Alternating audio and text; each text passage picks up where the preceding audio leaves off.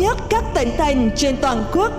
Sáp nhập không chỉ là câu chuyện về địa giới hành chính mà còn là bước đột phá mạnh mẽ, mở ra một chu kỳ tăng trưởng mới cho thị trường bất động sản.